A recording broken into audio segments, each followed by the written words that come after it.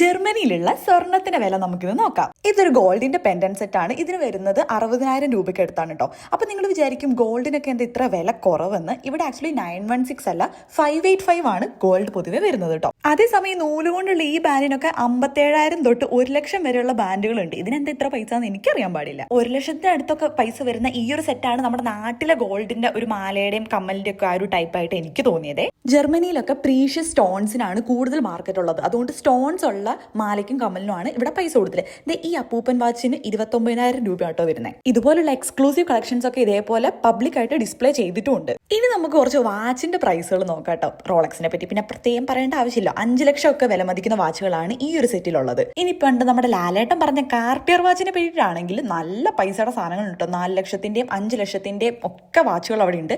കൂട്ടത്തിൽ കൊമ്പൻ ഈ 11 ലക്ഷം രൂപയുടെ വാച്ചാണ് കേട്ടോ. ഈ പാന്തറിന്റെ വാച്ചിനും ഏകദേശം 12 ലക്ഷത്തിനോട് അടുത്ത് വരുന്നുണ്ട്. അതിന്റെ ഒരു ഡിസൈനാണ് ഈ ഒരു പ്രൈസ് വരുന്നത്.